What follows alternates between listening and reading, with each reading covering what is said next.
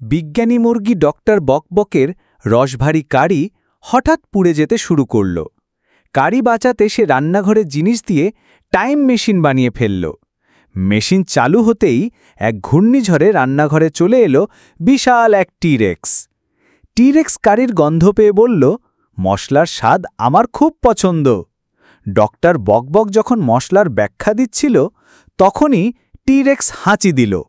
হাঁচির ধাক্কায় পুরো রান্নাঘর কেঁপে উঠল আর কারির হাড়ি ফেটে গেল। বিস্ফোরণে দুজনে টাইম মেশিনে করে আবার বর্তমানেও ফিরে এলো।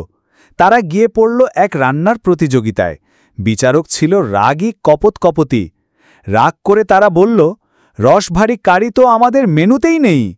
হেসে ডক্টর বকবক বুঝল সে শুধু সময় ভ্রমণই করেনি, বরং এক নতুন রেসিপিও বানিয়ে ফেলেছে।